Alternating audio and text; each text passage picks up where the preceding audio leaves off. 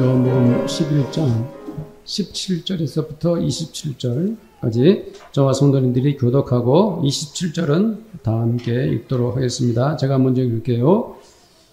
예수께서 와서 보시니 나사로가 무덤에 있은지 이미 나으리라. 예루살렘에서 가깝기가 한 5월쯤 되매 많은 유대인이 마르다와 마리아에게 그 오라비 일로 이문하러 왔더니 마르다는 예수께서 오신다는 말을 듣고 곧 나가 맞이하되 마리아는 집에 앉았더라. 마르다가 예수께 여짜오되 주께서 여기 계셨더라면 내 오라버니가 죽지 아니하였겠나이다. 그러나 나는 이제라도 주께서 무엇이든지 하나님께 구하는 것을 하나님이 주실 줄 아나이다. 예수께서 이르시되 네 오라비가 다시 살아나리라. 마르다가 이르되 마지막 날 구할 때에는 다시 살아날 줄 내가 아나이다. 예수께서 이르시되 나는 부활이요 생명이니 나를 믿는 자는 죽어도 살겠고 오늘 살아서 나를 믿는 자는 영원히 죽지 아니하니 이것을 네가 믿느냐.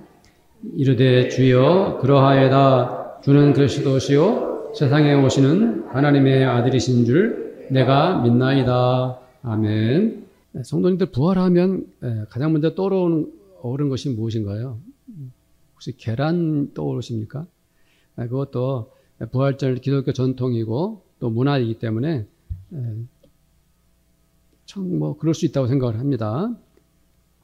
오늘 저희들이 요한복음 11장 말씀을 읽었는데 나사로 가족들을 생각하면 될 것 같습니다. 마리아와 마르다는 자기 오빠 나사로가 죽었다가 다시 살아났습니다. 얼마나 기뻤을까요?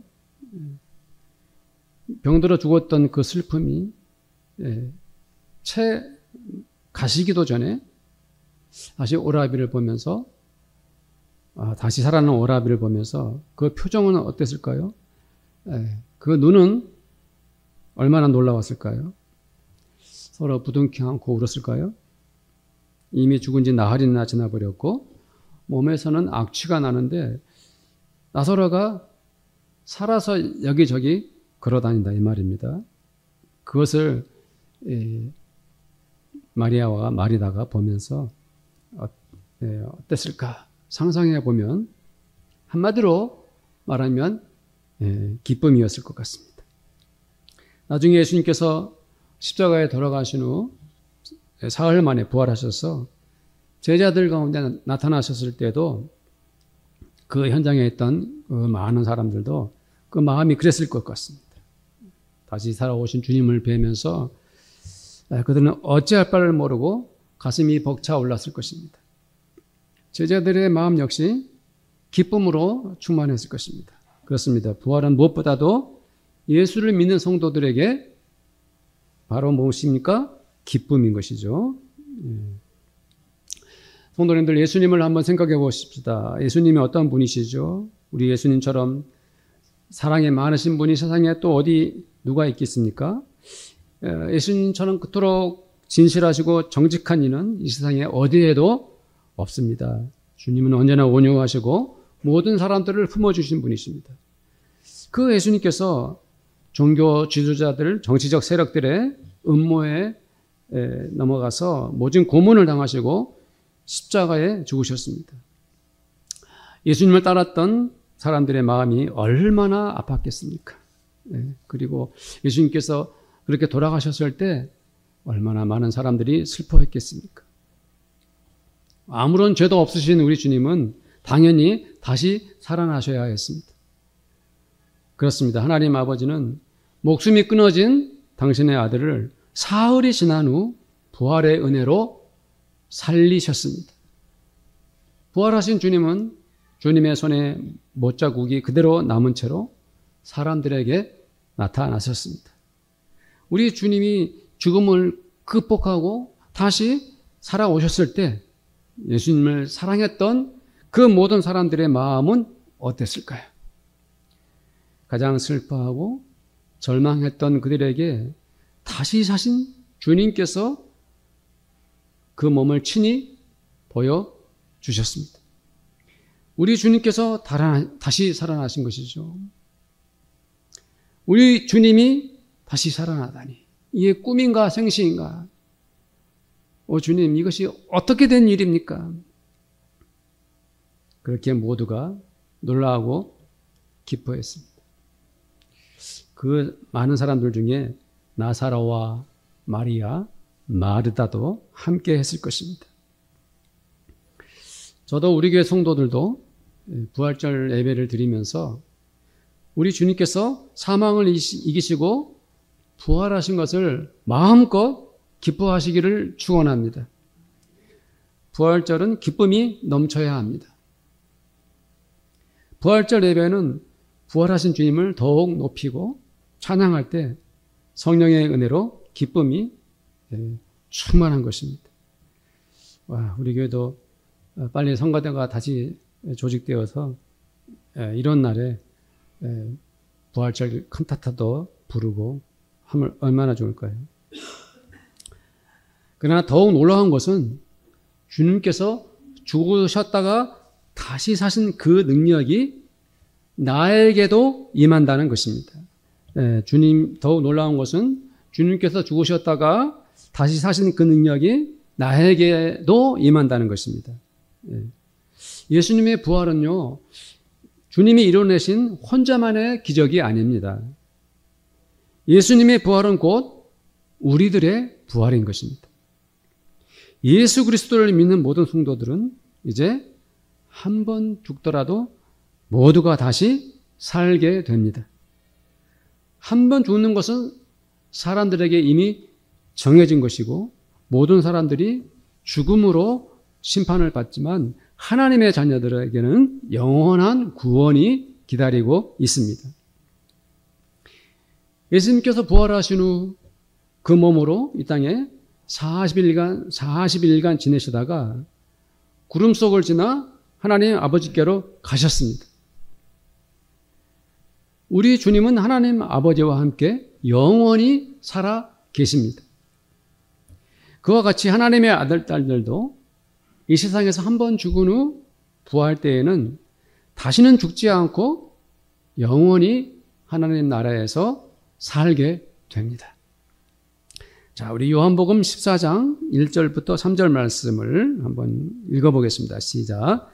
너희는 마음에 근심하지 말라. 하나님을 믿으니 또 나를 믿으라. 내 아버지 집에 거할 곳이 많도다. 그렇지 않으면 너희에게 일렀으리라. 내가 너희를 위하여 처소를 예비하러 가노니 가서 너희를 위하여 처소를 예비하면 내가 다시 와서 너희를 내게로 영접하여 나 있는 곳에 너희도 있게 하리라. 아멘. 예수님께서 부활하셔서 영원히 사는 것과 같이 우리들도 영원한 생명을 갖게 되었습니다. 이것이 바로 예수 부활의 은혜이고 예수 부활의 능력인 것입니다. 사랑하는 성도님들, 예수님 부활이 곧 나의 부활인 것을 믿고 또 감사하기를 축원드립니다. 예수님께서 부활하셨기 때문에 우리들도 천국 백성이 되었다는 것을 기뻐하는 성도님들이 되십시오. 제가 말씀을 준비하면서 좀 엉뚱한 생각을 해봤어요. 왜 우리들은 1년에 한 번씩 부활절 예배를 드릴까? 만약 우리가 이렇게 부활절을 지키지 않고 그냥 살아간다면 아마 우리들 대부분이 부활의 기쁨을 못 누리고 살아갈지도 모를 일이죠. 1년에 한 번씩 이렇게 부활하신 것을, 예수님 부활하신 것을 모두 감사하고 기뻐하면서 우리들의 마음이 또 새로워지는 것을 경험하지 않습니까? 그렇죠? 우리들이 1년에 한 번씩 생일을 축하하면서 즐거워하듯이 이렇게 예수님의 부활을 다시금 기억하고 기뻐할 때 예수님의 부활 사건이 다시금 내 마음에 은혜가 되고 더욱 감사하게 되는 것 같습니다. 제가 하고자 하는 말은 뭐냐면은 우리가 부활의 기쁨을 계속 유지하자는 것입니다. 내가 늘 부활의 기쁨으로 충만해서 살아가는 것이죠. 예수님께서 부활하신 은혜로 내가 다시 살아났다. 나는 영원한 생명을 가진 사람이라 하는 것을 그 은혜와 기쁨을 기꺼이 누리면서 살아가기를 바랍니다. 사실 우리가 예수 믿는 그러한 그리스도인들이지만 때로 무심코 살다 보면은 내 마음에 상처를 받을 때도 있고 화가 날 때도 있고 불평이 가득할 때가 많지 않습니까? 우리는 눈앞에 보이는 이 자질구레한 일들에 집착하고 살아가게 되죠. 멀리 내다보지 못할 때가 있습니다. 그러나 부활의 기쁨 속에서 살아가는 성도는 내 마음이 긍정의 에너지로 충만해집니다. 부정적이고 어두운 생각이 막 밀려올 때도 나는 영생을 소유한 사람이지 하는 마음이 가득하면 어느 순간에 나는 긍정적이고 또 밝은 것들이 나를 지배하게 되는 것을 경험하게 됩니다. 부활하신 주님께서 제자들에게 찾아오셔서 하신 말씀 기억하시죠? 너희들은 평안하느냐 평안한가? 라고 말씀하셨습니다. 예수님께서 죽으셨을 때 그토록 슬퍼하고 절망하던 그들을, 너무 두렵고 무서워했던 그들, 그 모든 것들을 한꺼번에 씻어내버린 것이 바로 주님이 부활하셔서 그들 가운데 오셨기 때문입니다. 예수 부활의 은혜가 바로 영원한 생명이고 영원한 구원입니다. 우리 성도님들도 그 부활의 기쁨과 은혜가 내 마음에서 계속되기를 바랍니다. 이 세상 떠날 때까지도 예수 부활의 은혜로 사는 성도님들이 되기를 축원드립니다. 성도님들, 2000년 전에 초기 교회의 그리스도인들을 한번 생각해 보십시오. 그들은 어떤 사람들입니까? 늘 예수님과 함께 생활했던 사람들이죠. 주님의 복음을 들었던 사람들입니다. 주님께서 행하신 그 모든 일들을 목격했던 사람들입니다. 그러나 예수님께서 승천하시고 난 후에 바로 그들은 어떤 공동체가 되었을까요? 그것은 두말할 것도 없이 바로 예수 부활 공동체였던 것입니다. 그들에게 이제 주님은 안 계셨지만 그들의 마음은 부활의 은혜로 가득 채워져 있었습니다. 초대교회에 모인 성도들은 모두가 부활신앙으로 하나가 되었습니다. 예수 부활을 체험한 예루살렘 교회는 얼마나 은혜로웠습니까? 교회가 교회로서 존재하는 근본적인 이유가 무엇입니까? 바로 부활의 믿음 때문인 것입니다. 교회는 왜 지금 이곳에 있는가? 교회는 어떤 사명을 가지고 있는가? 교회는 교회로서 어떤 역할을 해야만 하는가? 그 질문에 우리들은 확실히 대답해야 합니다. 그것은 바로 예수님의 부활과 그 은혜를 기뻐하고 또 감사하기 위해서 교회는 존재하는 것입니다. 우리 교회는 예수 부활 신앙으로 충만해야 합니다. 우리 빛과 소금의 교회는 부활의 기쁨과 은혜 속에서 하나가 되어야 합니다. 우리 교회는 십자가에서 죽으시고 부활하신 우리 주님을 찬양하고 경배하는 그런 성전 공동체가 되어야 합니다. 우리 교회가 그렇게 되기를 간절히 소원합니다. 성도들에게 이런 질문을 해보겠습니다. 예수님께서 죽은 나사로를 살리시자 당시 종교 지도자들이 가장 겁을 낸 것은 무엇 때문이었을까요? 예수님께서 죽은 나사로를 살리셨을 때 그들이 무엇 때문에 두려워했을까요? 47절, 48절 말씀을 함께 읽겠습니다. 시작. 이에 대제사장들과 바리새인들이 공회를 모으고 이르되 이 사람이 많은 표적을 행하니 우리가 어떻게 하겠느냐? 만일 그를 이대로 두면 모든 사람이 그를 믿을 것이요 그리고 로마인들이 와서 우리 땅과 민족을 빼앗아가리라 하니. 그렇습니다. 예수님께서 나사로를 살리실 때 얼마나 많은 목격자들이 거기에 있었습니까? 자, 우리 19절 말씀도 한번 볼까요? 시작. 많은 유대인이 마르다와 마리아에게 그 오라비의 일로 위문하러 왔더니 하필 장례가 진행 중이어서 조문을 온 사람들이 예수님께서 죽은 나사로를 살리시는 그 장면을 한꺼번에 지켜봤기 때문에 그 소문은 순식간에 번져나가고 말았습니다. 사실 그것은 너무도 당연한 일이 아닙니까? 세상에 어떤 사람이 자기 눈으로 죽은 사람이 살아난 것을 보고도 말하지 않을 사람이 어디에 있겠습니까? 종교 권력자들은 더 많은 사람들이, 백성들이 예수를 믿을까 그것이 두려웠습니다. 그들의 입장에서는 그렇게 되는 것은 절대로 용납할 수 없는 것이었습니다. 많은 민중들이 예수를 믿으려고 막 몰려든다면은 예수는 그들에게 추앙을 받게 될 것입니다. 그렇게 될 때 종교적 기득권자들이 자기들이 설 자리가 이제 예수에게 다 뺏기게 될까봐 그것이 겁이 났던 것입니다. 성도들 생각해 보십시오. 예수님은 어떤 분이십니까? 늘 자기 모습 그대로만 계시는 분이세요. 예수님은 무슨 계략을 세우시는 분이 아니십니다. 더 나은 기득권을 위해서 정치적 방법을 사용하시는 분이 아니십니다. 예수님은 자신을 더 많이 알리거나 더 유명해지려고 어떤 노력도 하지 않는 분이십니다. 그런데도 왜 예수님에 대한 소문은 그토록 빨리 또 멀리 퍼져 나갔습니까? 그것은 말할 것도 없이 예수님을 아는 사람들, 예수님의 기적을 본 사람들, 예수님의 복음을 들어본 사람들이 예수님을 전했기 때문이 아닙니까? 성도님들, 왜 초대교회가 그렇게 급속도로 부흥했습니까? 어떻게 날마다 구원을 받는 사람들의 수가 더해졌습니까?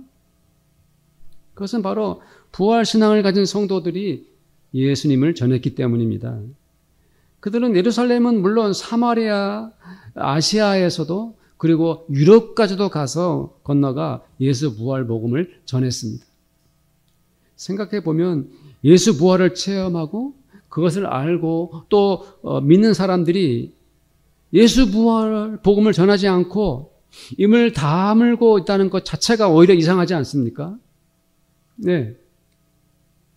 때로 우리는 너무 좋은 일을 겪으면 입이 간질간질해가지고 참지 못하고 사람들에게 그 사실을 말하고 말지요. 만일 저 목사가 어느 날 교회에서 기도해서 병든 사람을 치료했다는 그런 사건이 있었다면 성도들은 우리 교회의 저 목사 능력 있는 사람이다. 몸에 병든 사람들을 교회로 인도해 오겠죠. 우리들은 어쩌면 눈에 보이는 이저 손에 잡히는 기적을 바라고 있는지 모릅니다. 내가 누군가에게 복음을 전한다는 것, 전도를 한다는 것, 그것은 그 사람이 내 말을 듣고 호기심을 갖기를 바라는 것, 내가 뭔가를 그 사람이 말할 때 그 사람이 너무 필요하다고 느끼도록 그렇게 말해야 된다라고 우리가 생각할지 모르죠.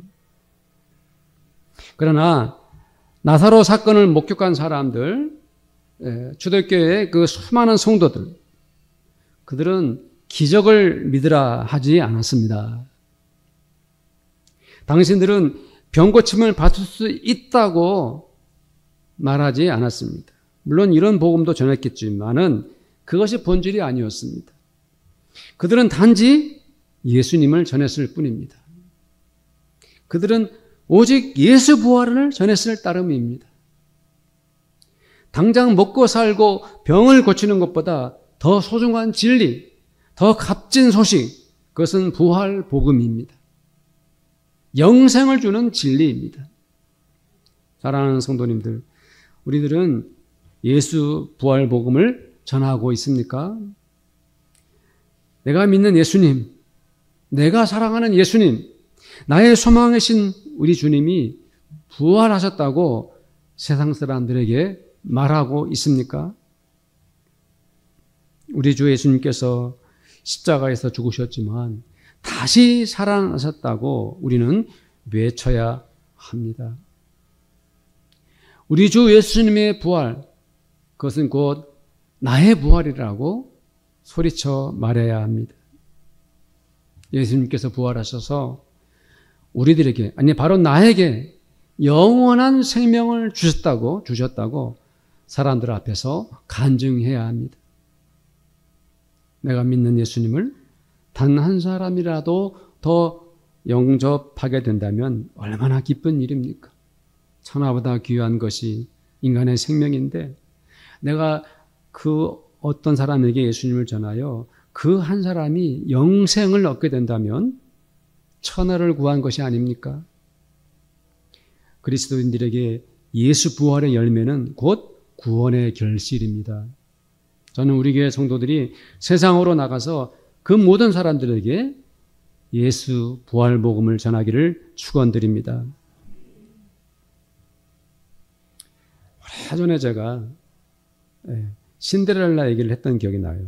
성도님들, 신데렐라는 왕자를 만나서 계속 행복하게 살았을까요? 아니면 혹시 불행하지는 않았을까요? 행복했겠죠? 신분의 차이가 너무 나서 갈등을 안 생겼을까요? 식습관이 달라서 서로 마음이 하나가 안 될 수도 있죠. 그런 얘기는 할 필요 없고요.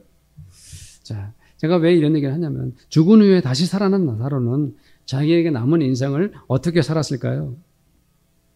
저는 나사로와 그 가족들이 살았을 그들의 미래를 생각해 봤습니다. 나사로가 죽은 후 다시 살아난 후로 어떤 인생을 살았을까요? 마리아와 마르다도 어떻게 자기의 남은 생을 보냈을까요? 부활을 경험한 사람들이 과연 어떻게 살아갈지 그것이 궁금하지 않습니까? 예루살렘의 초대교회를 생각해 봅시다. 왜 예루살렘의 처음 교회는 그렇게나 사랑이 가득했을까요? 그리스도인들끼리 서로 재산을 나누고 가난한 사람들을 돕는 일들이 왜 일어났을까요? 그것은 생각해 볼 것도 없이 그들에게 부활 신앙이 충만했기 때문입니다. 죽음에서 벗어나 부활하여 영생을 누리게 되었는데 왜 욕심이 생기겠습니까? 그렇죠? 저 하나님 나라를 바라보는 사람들이 무엇 때문에 미워하고 욕을 하겠습니까? 전 나사로와 마리아 그리고 마르다가 초대교회 성도들 사이에서 얼마나 많은 사랑을 하며 살았을까 머릿속으로 그림을 그려봤습니다. 다시 살아서 덤으로 사는 인생을 살면서 그들은 예수님께 받은 그 사랑과 은혜를 어떻게 나누며 살았을까 상상해 보았습니다. 성도님들, 우리들은 부활 신앙을 가진 사람들입니다. 우리는 사망 권세에 이겨내시고 영원히 살아계신 우리 주 예수님을 믿는 사람들입니다.